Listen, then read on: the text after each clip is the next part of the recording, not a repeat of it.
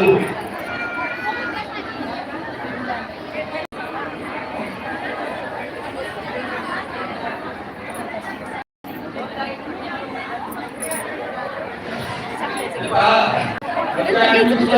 सर्वांनी पाठीमागं बसून घ्या.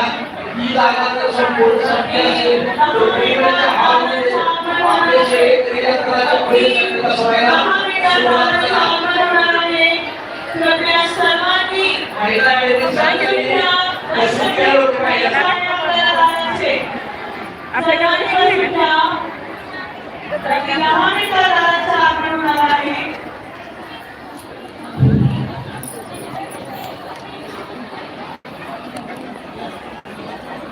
दोन मिनिटं सर्वांनी लक्ष द्या. आज आपण जे श्रीयंत्र सर्वांनी घेतलेलं आहे त्या श्रीयंत्राविषयी 2 मिनिटं बोलतो. त्यानंतर गुरुजी मला आपल्याला थोडे वेळ चालू ठेवावं. तर श्रीयंत्र जे आहे ते श्री विद्यामध्ये विद्यामध्ये वापरलं जाणारं एक साधन आहे. त्याला श्रीयंत्र म्हणतात, नवचक्र म्हणतात आणि महामेरू असंही म्हणतात. सर्व यंत्रामध्ये सगळ्यात महत्त्वाचं हिंदू धर्मामध्ये वापरलं जाणारं हे यंत्र आहे. त्यामुळे या यंत्राला आपण शिरोमणी यंत्र म्हणतो. ही जी आकृती आहे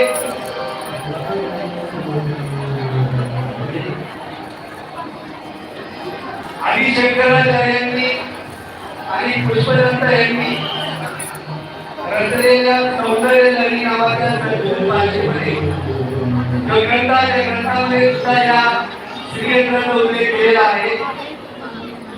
हिंदू महिन्यामध्ये पूजामध्ये आपण या लक्ष्मी यंत्राची पूजा करतो.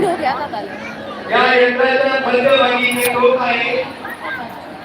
जो बिंदू आहे त्या बिंदूच्या चारही बाजूला एकात एक उभलेले असे 9 त्रिकोण आहेत.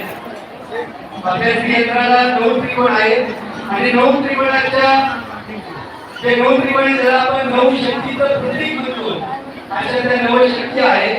आणि या 9 त्रिकोणाच्या मुळे पुढे त्याच्या बाजूने 43 त्रिकोण तयार होतात. ही 200 रुपयाला घेतलेली, 100 रुपयाला इथं कमलगट्टीची माळ.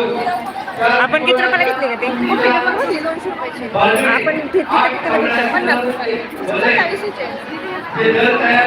दिले का ताईला? ते एकूण असे जवळपास 60 देवता त्या ठिकाणी त्या श्रीयंत्रामध्ये निवास करतात. अशा स्वरूपाचं श्रीयंत्र हा आपण सर्वजण पूजेसाठी घेतलेला आहे. आणि पृथ्वीवर सगळ्यात पहिलं श्रीयंत्र या ठिकाणी निर्माण झालं. आता शंकराचार्यांनी त्याची स्थापना केली. ते ठिकाण म्हणजे श्री महालक्ष्मी अंबाबाई.